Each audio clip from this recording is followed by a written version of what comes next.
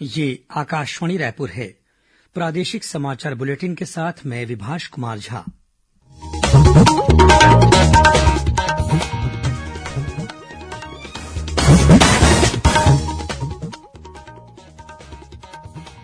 और अब पेश है आज के मुख्य समाचार। प्रधानमंत्री नरेंद्र मोदी ने मन की बात कार्यक्रम में लोगों से कोविड टीके के बारे में अफवाहों पर ध्यान न देने का आग्रह किया। दवाई भी और कड़ाई भी का मूल मंत्र न भूलने का किया आह्वान। कोरोना के बढ़ते संक्रमण को देखते हुए प्रदेश के अधिकांश जिलों में लॉकडाउन 6 मई तक बढ़ाया गया। राज्यपाल ने प्रदेश के सभी कुलपतियों को पत्र लिखकर विद्यार्थियों और कर्मचारियों के माध्यम से लोगों को कोरोना से बचाव के प्रति जागरूक करने को कहा। और जैन धर्म के 24वें तीर्थंकर भगवान महावीर की जयंती आज देशभर में श्रद्धा के साथ मनाई जा रही है।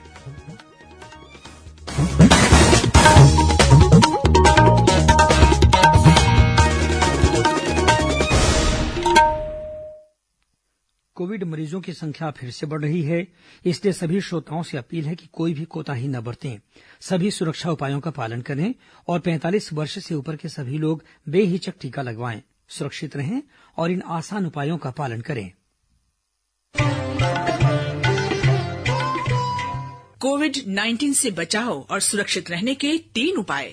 मास्क लगाएं, 2 गज दूरी है जरूरी, सुरक्षित दूरी रखें, हाथ और मुंह साफ रखें।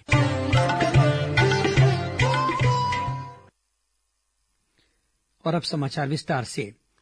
प्रधानमंत्री नरेंद्र मोदी ने कहा है कि कोरोना संकट की इस घड़ी में प्रत्येक व्यक्ति को वैक्सीन के महत्व के बारे में जागरूक होना चाहिए। उन्होंने लोगों से कोरोना वैक्सीन के बारे में किसी भी अफवाह पर ध्यान न देने की अपील की। आकाशवाणी से मन की बात कार्यक्रम में श्री मोदी ने कहा कि 45 वर्ष से अधिक उम्र के सभी लोग निःशुल्क टीका लगवा सकते हैं। कोरोना की इस संकट काल में वैक्सीन की अहमियत सभी को पता चल रही है, इसलिए मेरा आग्रह है कि वैक्सीन को लेकर किसी भी अफवाह में न आए। आप सभी को मालूम भी होगा कि भारत सरकार की तरफ से सभी राज्य सरकारों को फ्री वैक्सीन भेजी गई है, जिसका लाभ 45 साल की उम्र के ऊपर के लोग ले सकते हैं। प्रधानमंत्री ने कहा कि 1 मई से देश में 18 वर्ष से अधिक आयु के हर एक व्यक्ति के लिए वैक्सीन उपलब्ध रहेगी। श्री मोदी ने कहा कि अब कॉरपोरेट सेक्टर और निजी कंपनियां भी अपने कर्मचारियों को वैक्सीन देने के लिए टीकाकरण कार्यक्रम में शामिल हो सकेंगी। उन्होंने कहा कि केंद्र का पहले से चल रहा निःशुल्क टीकाकरण कार्यक्रम आगे भी जारी रहेगा। प्रधानमंत्री ने राज्यों से अपील की है कि वे अधिक से अधिक लोगों को केंद्र सरकार के निःशुल्क टीकाकरण अभियान का लाभ उठाने के लिए प्रेरित करें। उन्होंने लोगों से आग्रह किया कि टीका लगवाने के साथ ही सावधानी बरतें और सुरक्षित रहें। प्रधानमंत्री ने कहा कि हमें दवाई भी और कड़ाई भी का मंत्र नहीं भूलना चाहिए। श्री मोदी ने कहा कि संकट की इस घड़ी में दवा उद्योग और वैक्सीन निर्माताओं के अलावा ऑक्सीजन उत्पादन करने वालों तथा चिकित्सा विशेषज्ञों ने सरकार को महत्वपूर्ण सुझाव दिए हैं। कोविड महामारी पर केंद्रित मन की बात कार्यक्रम की इस कड़ी में श्री मोदी ने कोरोना योद्धाओं से बातचीत करते हुए उनकी सराहना की। इसी कड़ी में प्रधानमंत्री ने रायपुर के doctor Bhimrao Ambedkar medical college अस्पताल की स्टाफ नर्स भावना ध्रुव से बात की। भावना ध्रुव ने बताया कि कोरोना संक्रमण के इस तनावपूर्ण माहौल में प्रधानमंत्री से बात करके और उनका संदेश सुनकर उन्हें कोविड मरीजों की और अधिक सेवा भावना के साथ देखभाल करने की प्रेरणा मिली है। माननीय प्रधानमंत्री जी से बात करके मुझे बहुत ही खुशी हुई और मुझे गर्व महसूस हो रहा है कि मुझे ये बेटर अपॉर्चुनिटी मिली कि मैं उनसे बात कर पाई। सर ने हमारा हौसला बढ़ाया है। इस तनावपूर्ण माहौल में हम कोरोना का पेशेंट देखते हैं, हमारा हर सिचुएशन स्ट्रेसफुल रहता है। उनसे बात करके हमें ये एक मोटिवेशन मैसेज मिला है और इस मोटिवेशन मैसेज के थ्रू मैं और अच्छे से कोविड ड्यूटी करना चाहूंगी और कोविड पेशेंट की केयर करना चाहूंगी। श्री मोदी ने कहा कि नर्सिंग स्टाफ की हजारों बहनें और भाई अनुकरणीय ढंग से अपना कर्तव्य निभा रहे हैं। श्री मोदी ने कहा कि देश भर के एम्बुलेंस चालक अपनी जान जोखिम में डालकर भी सेवा की मिसाल पेश कर रहे हैं। प्रधानमंत्री ने कहा कि इस बार गांवों में भी नई जागरूकता दिखाई दे रही है और कोविड नियमों का सख्ती से पालन किया जा रहा है। श्री मोदी ने आज भगवान महावीर की जयंती पर लोगों को बधाई दी। प्रधानमंत्री ने कहा कि रमजान का पवित्र महीना भी चल रहा है, आगे बुद्ध पूर्णिमा भी है, गुरु तेग बहादुर जी का 400वां प्रकाश पर्व भी है। ये सभी महापुरुष हमें अपना कर्तव्य निभाने की प्रेरणा देते हैं। कोरोना के बढ़ते संक्रमण को देखते हुए प्रदेश के अधिकांश जिलों में लॉकडाउन 6 मई की सुबह 6 बजे तक बढ़ा दिया गया है। लॉकडाउन की अवधि में सभी अस्पताल, मेडिकल दुकानें, क्लिनिक और पशु चिकित्सालय को उनके निर्धारित समय पर खोलने की अनुमति होगी। मेडिकल दुकान संचालक मरीजों के लिए दवाओं की होम डिलीवरी को प्राथमिकता देंगे। इस दौरान किराना दुकानें बंद रहेंगी, लेकिन सब्जी, दूध, फल, अंडा, मछली, रसोई गैस, किराना और अन्य जरूरी सामानों की होम डिलीवरी सुबह 6 बजे से दोपहर 2 बजे तक की जा सकेगी। दूध वितरण के लिए सुबह 6 से 8 बजे तक और शाम 5 से 6:30 बजे तक का समय दिया गया है। साथ ही होटल और भोजनालय से ऑनलाइन बुकिंग के बाद होम डिलीवरी की सुविधा सुबह 6 बजे से रात 8 बजे तक रहेगी। इसके अलावा ऑनलाइन शॉपिंग के जरिए सामानों की खरीदी भी की जा सकेगी। बैंकों को सीमित स्टाफ के साथ सुबह 10 बजे से दोपहर 1 बजे तक काम करने की छूट दी गई है। लॉकडाउन के दौरान सरकारी राशन दुकानों से टोकन के जरिए कार्ड धारकों को अनाज भी दिया जाएगा। इसी तरह आवश्यक वस्तुओं की आपूर्ति बनाए रखने के लिए गोदामों में लोडिंग अनलोडिंग की अनुमति रात 11 बजे से सुबह 4 बजे तक दी गई है। इस दौरान जिले की सीमाएं पूरी तरह से बंद रहेंगी। प्रदेश के अन्य जिलों में भी लॉकडाउन की अवधि बढ़ाने के साथ ही इसी तरह की शर्तें लागू रहेंगी। लॉकडाउन के दौरान पेट्रोल पंप संचालकों द्वारा केवल शासकीय वाहन, शासकीय कार्य में इस्तेमाल होने वाले वाहन, एटीएम, कैश वैन, अस्पताल, मेडिकल इमरजेंसी से संबंधित निजी वाहन, एम्बुलेंस और रसोई गैस ले जाने वाली गाड़ियां तथा एयरपोर्ट, रेलवे स्टेशन और बस स्टैंड जाने वाले ऑटो टैक्सी, विधिमान्य ई पास रखने वाले वाहन, मीडिया कर्मियों और न्यूज पेपर बांटने वाले हॉकरों को ही पेट्रोल पंपों पर पेट्रोल दिया जाएगा। इस दौरान औद्योगिक संस्थानों और निर्माण इकाइयों को अपने परिसर के भीतर ही मजदूरों के लिए आवश्यक इंतजाम करते हुए उद्योगों के संचालन और निर्माण कार्यों की अनुमति होगी। गौरतलब है कि रायपुर जिले में कोरोना के बढ़ते मामलों को देखते हुए बीते 9 अप्रैल की शाम 6 बजे से लॉकडाउन लगाया गया था। कल से इसे तीसरी बार बढ़ाया जा रहा है। प्रदेश में कल 16,731 लोगों में कोरोना संक्रमण की पुष्टि हुई है। इसके साथ ही प्रदेश में संक्रमित लोगों की कुल संख्या 8,39,000 से अधिक हो गई है। वर्तमान में कुल संख्या 6,39,000 से अधिक हो गई है। वर्तमान में लगभग 1,23,000 मरीजों का इलाज विभिन्न अस्पतालों या होम आइसोलेशन में चल रहा है। प्रदेश में कल कोरोना संक्रमण की वजह से 203 लोगों की मृत्यु हो गई। इधर कोरिया जिले में कोरोना मरीजों के इलाज के लिए मेडिकल ऑक्सीजन की पर्याप्त आपूर्ति सुनिश्चित करने के लिए 3 करोड़ रूपये मंजूर किए गए हैं। कलेक्टर एसएन राठौर ने बताया कि इस राशि से जिले के कंचनपुर गांव में स्थित कोविड केयर हॉस्पिटल में ऑक्सीजन प्लांट स्थापित किया जाएगा। साथ ही ऑक्सीजन की आपूर्ति की अन्य व्यवस्था भी की जाएगी। उधर धमतरी जिले में कोरोना संक्रमित लोगों की जांच के लिए मितानिनों को 10,000 किट बांटे गए हैं। जिले के मुख्य चिकित्सा अधिकारी डॉक्टर डीके तुर्रे ने बताया कि 1,800 मितानिनों को कोरोना के लक्षण वाले मरीजों की जांच करने के लिए घर घर जाकर संपर्क करने को कहा गया है।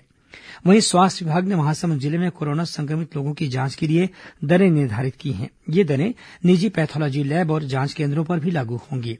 सिटी चेस्ट जांच की दर 1,870 रुपये है। वहीं फेफड़ों के संक्रमण के साथ सिटी चेस्ट की जांच के लिए 2,354 रुपये का शुल्क निर्धारित किया गया है। प्रादेशिक समाचार आप आकाशवाणी रायपुर से सुन रहे हैं और अब आगे बढ़ते हैं बाकी के समाचारों की ओर। राज्यपाल अनुसुईया उइके ने प्रदेश के सभी शासकीय और निजी विश्वविद्यालयों के कुलपतियों को पत्र लिखकर विश्वविद्यालय के विद्यार्थियों और कर्मचारियों के माध्यम से आमजनों को कोरोना संक्रमण से बचाव के उपायों के बारे में जागरूक करने के निर्देश दिए हैं। अपने पत्र में राज्यपाल ने कहा है कि इस समय देश और प्रदेश में कोरोना संक्रमण बहुत तेजी से बढ़ रहा है। इस महामारी से निपटने के लिए जन भागीदारी को बढ़ाए जाने की सख्त जरूरत है। उन्होंने कहा कि इस समय यह जरूरी है कि लोग कोविड प्रोटोकॉल का पालन करने के साथ ही केंद्र और राज्य सरकार द्वारा समय समय पर जारी दिशा निर्देशों का भी पालन करें। राज्यपाल ने कहा कि महामारी से बचाव के लिए लोगों को जागरूक करने और कोविड वैक्सीन लगाने के लिए प्रेरित करने में विश्वविद्यालयों के विद्यार्थी और शिक्षक बहुत उपयोगी साबित हो सकते हैं। उन्होंने कहा कि इसके लिए सोशल मीडिया का प्रभावी ढंग से इस्तेमाल किया जा सकता है। मुख्यमंत्री भूपेश बघेल ने कहा है कि प्रदेश के अस्पतालों में मरीजों के इलाज के लिए समुचित व्यवस्था करने के साथ ही आकस्मिक दुर्घटना को रोकने के इंतजाम भी किए जाने चाहिए। मुख्यमंत्री ने रायपुर और दुर्ग संभाग के सभी नगरीय निकायों के पदाधिकारियों की बैठक में कहा कि कोरोना संक्रमण को देखते हुए सभी मरीजों को बेहतर से बेहतर इलाज की सुविधा उपलब्ध कराई जाए। उन्होंने अधिकारियों से नगरीय क्षेत्रों में राशन तथा अन्य आवश्यक सामग्रियों की उपलब्धता सुनिश्चित करने को भी कहा। उन्होंने टीकाकरण सहित कोरोना संक्रमण की जांच बढ़ाए जाने पर विशेष जोर दिया। कोरोना महामारी के कठिन समय में छत्तीसगढ़ में उत्पादित मेडिकल ऑक्सीजन तथा अन्य राज्यों में कोरोना मरीजों के लिए संजीवनी का काम कर रहा है। इस समय छत्तीसगढ़ से आंध्रप्रदेश, कर्नाटक, मध्यप्रदेश, तेलंगाना, गुजरात और महाराष्ट्र को वहां की आवश्यकता के अनुसार मेडिकल ऑक्सीजन की पर्याप्त आपूर्ति की जा रही है। आज विश्व मलेरिया दिवस है। विश्व के विभिन्न भागों में मलेरिया के प्रकोप को समाप्त करने के उद्देश्य से यह दिन मनाया जाता है। छत्तीसगढ़ में इस बार का थीम है, वर्ष 2030 तक छत्तीसगढ़ को मलेरिया मुक्त करने के लिए हम सब मिलकर काम करेंगे। गौरतलब है कि छत्तीसगढ़ में पिछले 5 वर्षों के दौरान मलेरिया के मामलों में लगभग 75% की कमी आई है। केंद्र सरकार ने वर्ष 2015 से वर्ष 2020 तक मलेरिया के मामलों में 50% कमी लाने का लक्ष्य रखा था, लेकिन छत्तीसगढ़ ने इस लक्ष्य से बेहतर प्रयास करते हुए मलेरिया उन्मूलन के अभियान में अच्छी सफलता प्राप्त की है। जैन धर्म के 24वें तीर्थंकर भगवान महावीर की जयंती आज देशभर में श्रद्धा के साथ मनाई जा रही है। राष्ट्रपति, उपराष्ट्रपति और प्रधानमंत्री ने देशवासियों, विशेषकर जैन समुदाय के लोगों को महावीर जयंती की शुभकामनाएं दी हैं। प्रदेश में भी महावीर जयंती पर आज जैन समुदाय के लोगों ने पारंपरिक रूप से पूजा अर्चना की और घरों में रहकर ही भगवान महावीर का अनुष्ठान किया। कुछ खबरें संक्षेप में। भारतीय सूचना सेवा के वरिष्ठ अधिकारी मणिकांत ठाकुर का कोरोना से देहांत हो गया है। मणिकांत ठाकुर ने आकाशवाणी के समाचार सेवा प्रभाग और दूरदर्शन समाचार सहित सूचना प्रसारण मंत्रालय के विभिन्न मीडिया इकाइयों में काम किया। प्रदेश के पंचायत और ग्रामीण विकास मंत्री टीएस सिंहदेव आज रात 7:30 बजे आकाशवाणी रायपुर से प्रसारित विशेष कार्यक्रम हमर ग्राम सभा में राज्य शासन की नीतियों, योजनाओं और कार्यक्रमों के बारे में जानकारी देंगे। दुर्ग स्थित हेमचंद यादव विश्वविद्यालय ने स्नातक और स्नातकोत्तर विद्यार्थियों के लिए विलंब शुल्क के साथ परीक्षा फॉर्म भरने की तिथि को 30 अप्रैल तक बढ़ा दिया है। Raipur collector doctor S Bharathidasan ने हवाई यात्रा से रायपुर आने वाले यात्रियों के पंजीयन तथा होम आइसोलेशन और क्वारेंटाइन से संबंधित कार्रवाई के लिए हीरापुर आईटीआई के प्राचार्य डीपी डाहिरे को नोडल अधिकारी नियुक्त किया है। और रायपुर पुलिस ने चेंबर ऑफ कॉमर्स के नाम से मदद करने के नाम पर इंजेक्शन और ऑक्सीजन सिलेंडरों की कालाबाजारी के मामले में 6 आरोपियों को गिरफ्तार किया है। पुलिस ने इनके पास से करीब 1.5 लाख रुपए नकद और 9 इंजेक्शन बरामद किए हैं। अंत में मुख्य समाचार एक बार फिर। प्रधानमंत्री नरेंद्र मोदी ने मन की बात कार्यक्रम में लोगों से कोविड टीके के बारे में अफवाहों पर ध्यान न देने का आग्रह किया। दवाई भी और कड़ाई भी का मंत्र न भूलने का किया आह्वान। कोरोना के बढ़ते संक्रमण को देखते हुए प्रदेश के अधिकांश जिलों में लॉकडाउन 6 मई तक बढ़ाया गया। राज्यपाल ने प्रदेश के सभी कुलपतियों को पत्र लिखकर विद्यार्थियों और कर्मचारियों के माध्यम से लोगों को कोरोना से बचाव के प्रति जागरूक करने को कहा। और जैन धर्म के 24वें तीर्थंकर भगवान महावीर की जयंती आज देशभर में श्रद्धा के साथ मनाई जा रही है। इसी के साथ प्रादेशिक समाचार बुलेटिन समाप्त हुआ। नमस्कार।